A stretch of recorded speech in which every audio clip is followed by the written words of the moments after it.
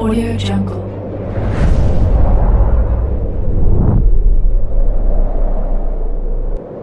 Yo, balik lagi bersama Mimin di Manhwa TV.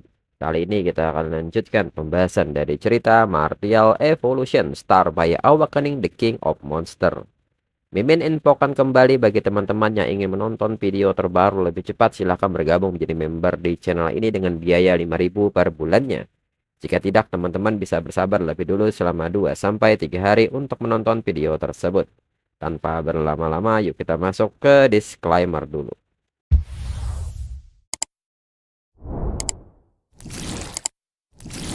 Disclaimer, silahkan abaikan hal ini jika kalian sudah mengerti. Ini peringatan mengenai konten di channel ini. Video ini berisi alur cerita komik yang mempermudah bagi teman-teman untuk mengetahui isi ceritanya dan memahami alur ceritanya.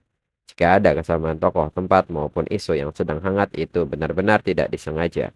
Dan peringatan bagi teman-teman untuk tidak mencontoh atau meniru perkataan maupun perbuatan yang tidak baik yang ada di video ini. Karena cerita ini hanyalah fiktif belaka. Jika mengerti, yuk kita masuk ke ceritanya. Dr. Matt pun menangis bahagia menerima ini dan mengatakan bahwa hari ini Yihe memberinya setetes darah.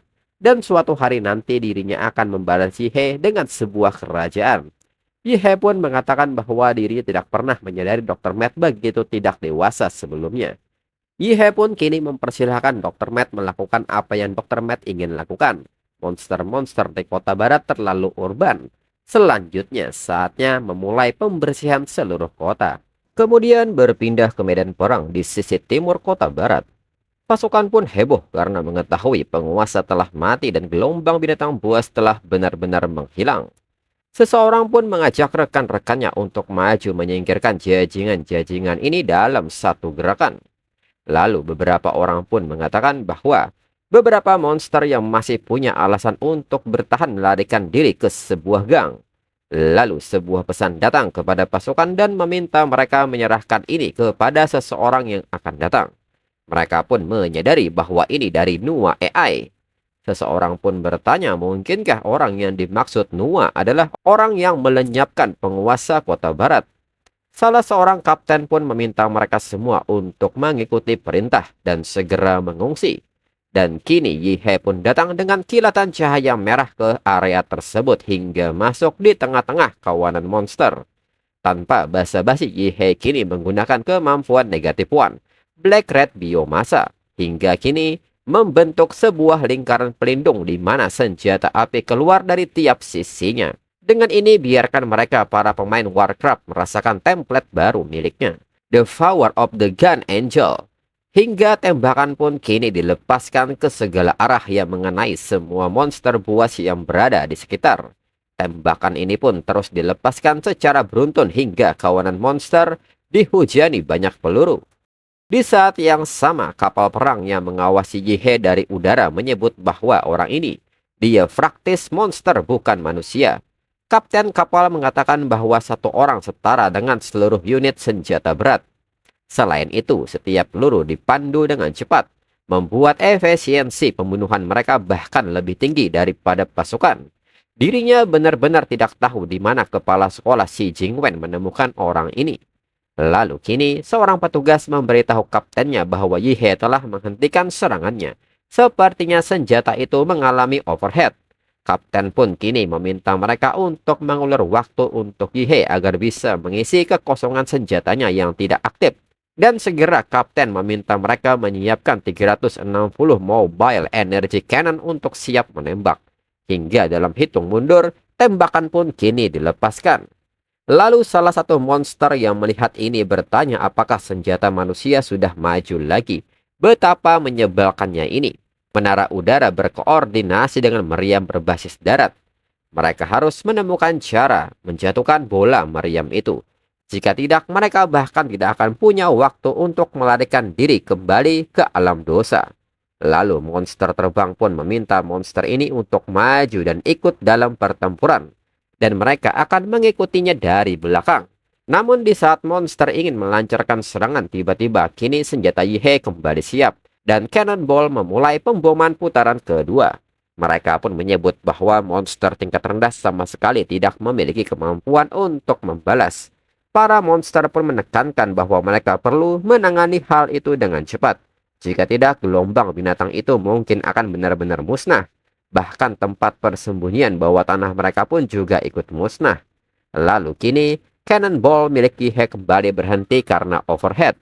Melihat kesempatan ini, segera monster ini meminta rekan-rekan monsternya untuk maju membunuhnya. Sementara Cannonball itu mengalami overhead, mereka harus cepat-cepat untuk menghancurkannya. Jika benda itu tidak dihancurkan, tidak ada magical beast mereka yang akan membuatnya kembali hidup. Beberapa monster telah kembali untuk melaporkan bahwa poster depan kota barat telah direbut oleh manusia. Mereka harus mengulur waktu. Lalu kini petugas dari kapal perang pun meneriakkan kata bahaya. Reaksi energi besar-besaran telah terjadi di kota. Setidaknya 20 atau magical beast tingkat lord telah berkumpul dan muncul. Lalu pasukan daratnya melihat gelombang serangan ini menyebut itu sebagai hal buruk. Mereka harus segera menutupi cannonball milik Yihei. Mereka tidak bisa membiarkan serangan magical beast tingkat lord itu berhasil. Bahkan jika itu berarti kematian. Mereka harus bertahan sampai putaran cannonball milik Yihei kembali melepaskan tembakannya. Pasukan pun kini mulai maju menghadang laju magical beast dan meminta magical beast untuk tidak berpikir melupakan mereka. Namun di saat itu cangkang cannonball milik Yihei mulai terbuka. Dan bersamaan dengan hal tersebut, sebuah energi nuklir pun meledak dengan skala besar hingga menyapu semua magical beast yang berlari mendekat. Pasukan yang melihat ini pun heran seketika semuanya selesai. Salah seorang dari mereka pun mengatakan kepada rekan-rekannya untuk pergi. Semua magical beast tingkat lord telah mati. Orang ini mengatakan bahwa semua kerja keras dan semangat itu tiba-tiba lenyap. Dan sekarang mereka hanya tokoh latar belakang. Lalu Yihei pun bertanya apakah mereka pasukan magical beast benar-benar berpikir dirinya hanya akan berdiam diri. Merebut kembali Si Cheng sekarang merupakan kesimpulan yang sudah pasti. Setelah malam ini, tidak ada lagi monster di kota barat. Kemudian paginya, Yihei pun kini tersenyum melihat notifikasi yang kini dia dapat. Yihei telah menyelesaikan misi penyelamatan lengkap di kota barat. Yihei kini menerima 1 undian template. Yihei juga terdeteksi dalam acara berskala besar selama kontribusinya melebihi setengahnya. Penggabungan pencapaian dapat dilakukan. Yihei dapat diberi hadiah dengan template tingkat A yang dijamin dan peluang untuk memenangkan template tingkat tinggi. Yihei pun mengatakan bahwa dirinya mengenali taktik ini.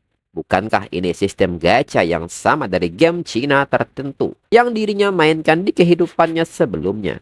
Namun ini bagus untuk ekstraksi template. Template monster di bawah peringkat B tidak lagi berharga. Jadi yang terbaik adalah menyimpannya dan menggunakannya untuk mengundi yang lebih besar setelah menyelesaikan semua pencapaian penangkapan. Apakah itu setidaknya template monster peringkat A yang setara dengan Emperor? Dirinya sangat menantikannya. Lalu di tempat lain, sebuah berita kini memberitahu semua orang bahwa pertempuran pertama dalam kampanye untuk merebut kembali Xia Agung sukses besar. 3 kota direbut hanya dalam 1 hari. Kota pertama adalah Liancheng yang direbut kembali di bawah kepemimpinan divisi pertama The Dragon Sparrow. Kota kedua, Kota Lan, yang direbut kembali di bawah kepemimpinan The Evil Warrior. Kota ketiga adalah Xicheng, yang direbut kembali oleh tim yang dipimpin oleh The Kanchen Tianyu dari Universitas Huadu. Prajurit mereka dari Great Xia akan terus merebut kembali kota-kotanya diserang oleh monster. Lalu Liu Qingzu yang melihat berita bahwa The Kanchen Tianyu adalah orang yang merebut kembali Xicheng menyebutnya sebagai lelucon yang luar biasa. Cahaya biru itu tidak mungkin milik orang lain. Kemudian saat ini di markas umum besar untuk merebut kembali negara Xia. Seorang menteri mengatakan bahwa identitas Yihei tergolong sangat rahasia karena terlalu mengejutkan dan akan menarik perhatian banyak pihak. Para petugas pun mengerti. Lalu di saat yang sama nyatanya Yihei berada di gedung ini dan mengatakan kepada menteri bahwa dirinya butuh bantuannya. Menteri pun seketika merinding saat mendengar suara Yihei dan segera membungkuk di depannya serta mengatakan bahwa itu tidak benar. Yihei adalah atasan di kantor ini. Yihei pun mengerti dirinya akan langsung ke intinya. Kapan dirinya akan mendapatkan pengakuan resmi sebagai mahasiswa terbaik di kelas kuliah dirinya di Universitas Sains dan Teknologi Huanzhong. Menteri pun mengatakan bahwa Yihe sudah lebih baik dari dekan perguruan tinggi. Jadi mengapa Yihe masih memikirkan posisi pemimpin mahasiswa itu? Bukankah teman-teman sekelas Yihe malu? Namun melihat reaksi Yihe, menteri seketika panik dan mengatakan bahwa sertifikasi pemimpin mahasiswa untuk tahun tersebut memerlukan konfirmasi dari Guild Mahasiswa Universitas Washington, yang biasanya membutuhkan waktu sekitar 1 bulan untuk diproses. Tetapi situasi Yihe sangat istimewa. Dirinya pikir tidak ada siswa dari tahun sebelumnya yang keberatan dengan status Yihe sebagai siswa terbaik. Selain itu, Presiden Persatuan Mahasiswa Universitas Washington kebetulan ada di sini dan dapat mengesahkan Yihe saat itu juga. Yihe pun seketika bertanya di mana ketua OSIS itu. Lalu tak berselang lama, Dai Qingming pun masuk. Yihe pun seketika bertanya apakah Dai Qingming ketua OSIS. Di saat Yihe ingin menanyakan tentang dirinya, Dai Qingming seketika berjalan mendekati Yihe dan memegangnya serta mengucapkan terima kasih karena telah menyelamatkan mereka semua dengan penuh semangat atas nama gurunya dan menyebut Yihe sebagai seniornya. Yihe pun agak bingung dan mengatakan bahwa itu memang sudah keharusan dirinya. Jadi Dai Qingming tidak perlu terlalu sopan. Selain itu, Dai Qingming tampaknya beberapa tahun lebih tua dari dirinya. Dai Qingming tidak perlu memanggil dirinya senior. Dai Qingming tidak membenarkan hal itu. Di jalan seni bela diri yang cakap didahulukan, dan Yihe adalah seniornya. Yihe pun mengerti dengan tawa tidak enaknya. Di saat yang sama, notifikasi pun muncul dan mengucapkan selamat kepada Yihe karena telah meraih gelar mahasiswa terbaik di kelas Yihe di Universitas Wadu. Yihe mendapatkan 1 undian template lagi. Lalu kini Yihe kembali ke ruangannya dan mengatakan bahwa akhirnya ini telah tiba. Sekarang tiba saatnya untuk menyaksikan keajaiban. Dan Yihe pun kini mulai mengundi templatenya.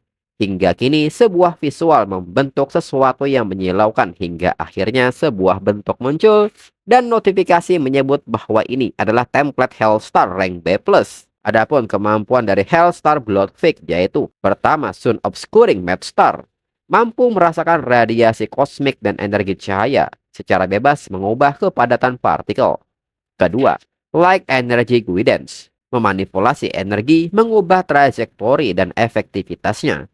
Ketiga, Grey Dark Sky, yaitu melahap segala sesuatu. Dan kompatibilitas saat ini adalah 1%. Melihat hal ini, Yihe merasa beruntung. Ini adalah template skill, bukan template rank D atau rank C yang tidak berguna, yang hanya meningkatkan fisik atau yang serupa. Selain itu, tidak diketahui apakah kemampuan Hellstar untuk mengendalikan cahaya dan energi dapat ditumpang tindih dengan energi nuklir dari Emperor Dimola. Jika kecocokan yang sempurna dapat dicapai, potensi pengembangannya sangat besar. Dirinya tidak sabar untuk memanfaatkan template ini sepenuhnya dan memulai pengembangan yang mendalam. Lalu kini di kota Jatuh Kinceng, di sebuah area dalam kini beberapa orang sedang berkumpul. Salah seorang dari mereka mengatakan bahwa 1 hari telah berlalu dan memang baru saja berhasil merebut kembali 2 kabupaten di sekitar Kinceng. Orang lain pun mengatakan bahwa tim mereka yang terdiri dari begitu banyak pemimpin guild bahkan tidak dapat menentukan lokasi sang penguasa. Itu semua karena jajingan itu. Gelombang binatang buas di kota Qin sebagian besar terdiri dari magical beast seperti tikus. Meskipun hampir tidak ada magical beast yang besar, mereka sangat sulit untuk dihadapi di medan perang. Mereka mendirikan jaringan transportasi bawah tanah yang kompleks di kota yang jatuh untuk mengobarkan perang terowongan melawan aliansi seni bela diri. Mereka awalnya berencana untuk menggunakan strategi yang sama dengan aliansi kota barat untuk memancing gelombang binatang dengan membombardir pinggiran kota dan kemudian mengirimkan pasukan khusus untuk melakukan serangan pemenggalan kepala. Tapi tikus-tikus itu sangat terorganisir. Hampir tidak ada monster yang tertarik dengan pengoboman manusia. Dan seluruh kota yang jatuh tetap diam. Tanpa pertahanan di jalan manapun yang menuju ke kota, seseorang pun menyebut bahwa ini seolah-olah tikus-tikus ini mengatakan aliansi seni bela diri untuk segera datang. Rekannya pun mengatakan bahwa monster tikus memaksa mereka terlibat dalam peperangan perkotaan. Ia merupakan daerah yang paling tidak mereka sukai. Jika tidak, mereka tidak hanya akan berhasil merebut kembali 2 kota di kabupaten sambil menderita kerugian besar. Seorang wanita yang melihat perkembangan berita pun mengatakan bahwa laporan berita menunjukkan bahwa kota Lian, kota Lan, dan Xicheng telah direbut kembali. Seseorang dari mereka pun nampak kesal dengan hal ini dan mengatakan bahwa sang penguasa itu tidak pernah muncul. Binatang itu pasti bersembunyi jauh di bawah tanah di kota Qin. Itu berarti untuk menemui penguasa kota Qin, seseorang perlu navigasi melalui terowongan sempit dan kompleks yang dipenuhi ratusan juta tikus. Itu tidak mungkin. Memiliki kekuatan tetapi tidak memiliki kemauan, tidak ada hal yang lebih tidak berdaya di dunia ini selain ini.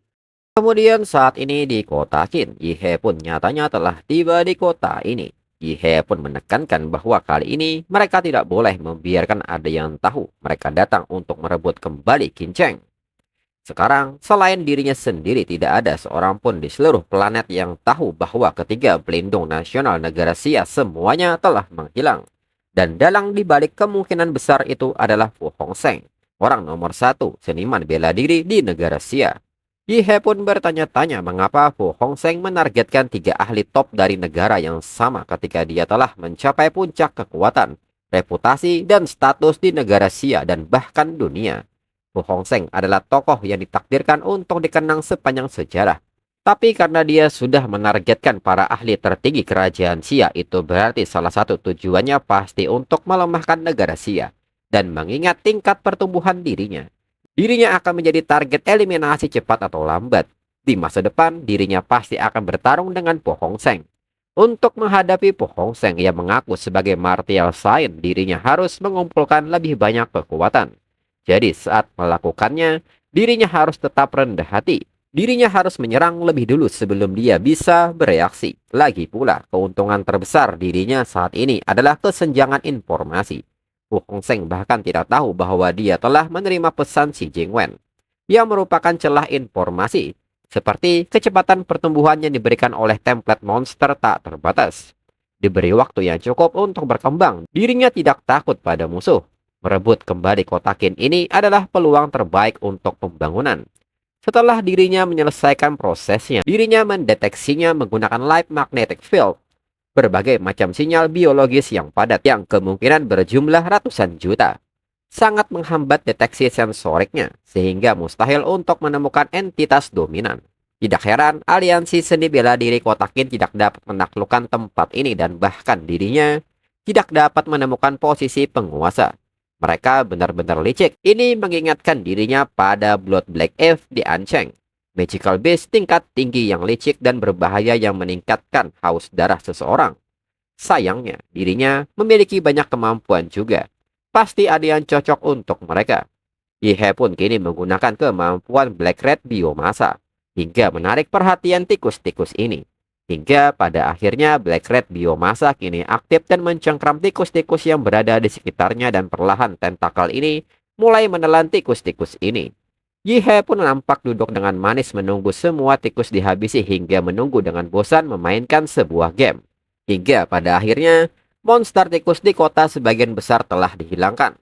The Black Red Biomasa menyebar hingga ratusan meter di bawah tanah. Bukankah seharusnya segera muncul ke permukaan? Dan tak berselang lama, Black Red Biomasa muncul ke permukaan. Bersamaan dengan hal itu, penguasa kota Qin pun juga muncul. Penguasa ini bertanya apakah Yihe satu-satunya di sini. Dirinya pikir akan ada sekelompok manusia yang menyergap dirinya. Penguasa ini pun tertawa dan menyebut makhluk hitam merah milik Yihe memang kuat, tapi itu sepenuhnya dilawan oleh raungan soniknya. Yihe sendiri yang meminta kematian. Yihe pun bertanya apa yang membuat penguasa berpikir dirinya hanya punya satu gerakan. Dan segera Yihe mengangkat tangannya ke udara dan melepaskan teknik Raging Storm of Stars. Penguasa ini pun bertanya energi macam apakah ini, dan energi ini pun meluas hingga di luar angkasa. Yihe pun menyebut bahwa ini adalah Heaven Vanishment. Dan untuk episode selanjutnya tunggu 1 sampai 2 minggu lagi. Sekian dan terima kasih.